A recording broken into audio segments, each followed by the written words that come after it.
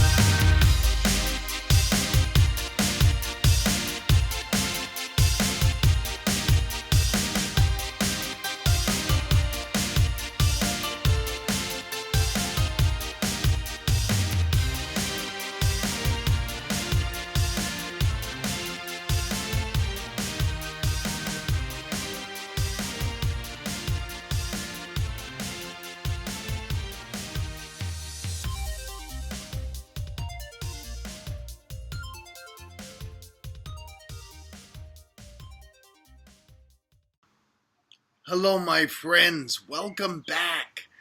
This is our final story of Moses. Now, I don't want you to stop watching. Next week, we're going to be starting a whole new series on a great prophet called Elisha. But we've got to wrap up our Moses stories first. Moses walked with God, but he lived in danger his whole life. You remember when he was just an infant, that king of Egypt, Pharaoh, was killing all the Israeli boy babies? That's sick. But God had other plans, and through his mother's ingenuity, remember, he survived. He was actually raised in the princess's home, daughter of the Pharaoh. Remember when he was protecting a Hebrew slave and he wound up killing someone, and so Pharaoh was seeking his life again and he had to run. Well, eventually God talked to him. He returned to Egypt to free the slaves. When he first started out, the slaves were angry at him because Pharaoh had made things worse. And remember all the miracles he did? He took his staff and it turned into a snake. He used the staff to turn the Nile River into blood. Remember, God did 10 plagues upon Egypt until Pharaoh agreed to let the slaves go. And of course, the Red Sea parted just at the right time with Moses' staff, so the people of Israel could get out of Egypt, and all of Pharaoh's army drowned. Then they were in the wilderness, and Moses brought the law to them, and God supplied manna and good old quail so the people could eat. But the people were afraid to go into the promised land. And they were mad at Moses. At one point, they tried to take over and throw Moses aside and appoint a new leader. Sometimes they were even talking about going all the way back to Egypt and become slaves again. That was kind of crazy. But Moses had enemies from Pharaoh. He had some enemies among the freed slaves even. Do you think Moses enjoyed living in the promised land? That's a sad part of the story. Moses, the great lawgiver, the great leader, The man who listened to God, the man whose life was in danger all the time. Well, he never got to walk into the promised land. He never got to live there. Oh, he saw it, and he knew his people were going to get there, but he never did.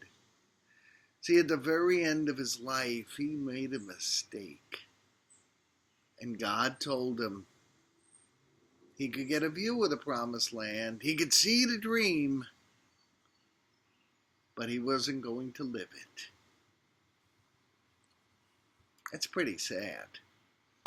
But it's a warning for us.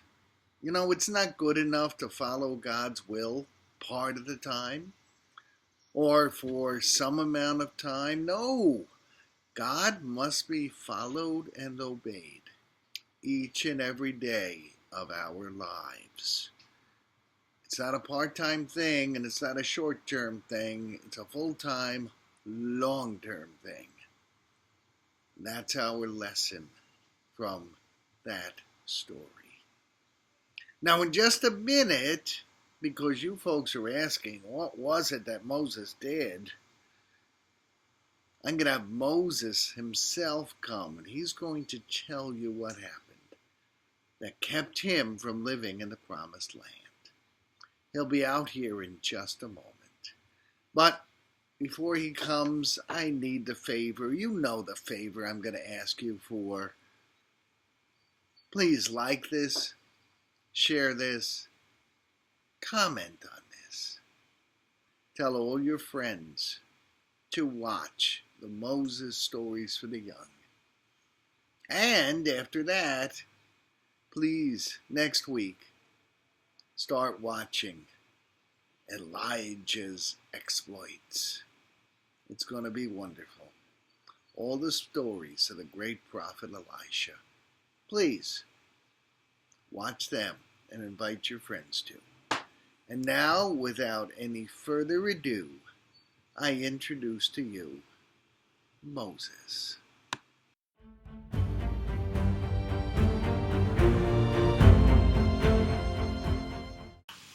Hello, I'm Moses. Pastor Mark asked me to come and talk to you. Talk about not being prideful and never, ever, ever disobeying God. You know, I had a very long life. God picked me out of all the millions of Hebrews and gave me the quest of a lifetime. I had to go stare down Pharaoh, and I had to tell Pharaoh what God was going to do to him if he didn't let the people go. And I led the people through desert, through a sea that God parted. I had to a couple times talk to God about not being too mad at those people, even though they were an ornery little bunch. God even picked me to carry his 10 Commandments down from a mountaintop. You know, and even then I was pretty angry, because when I was up that mountain talking to God, well, the people made an idol and started worshiping it instead of worshiping God. Oh, we wandered 40 years in the wilderness. You'd think the people would learn to obey God and trust him, but somehow they never got the message. But I made a mistake late in life too, and God said, I'm not going to get into the promised land. Nope, Aaron and I are going to die before the people go in there. But God did let me look at it, let me see it. So, what's that all about? Well, I'll tell you. We came to a land where that was so dry that animals were going to die and people were going to die. We needed water. You know, one other time this had happened, and God told me to take my staff and strike a rock, and he'd give us water. And he did. maybe I was getting a little prideful in my old age, a little full of myself. Because the second time the people were going to die without water, we came to a rock. Well, that one. I didn't listen carefully to God.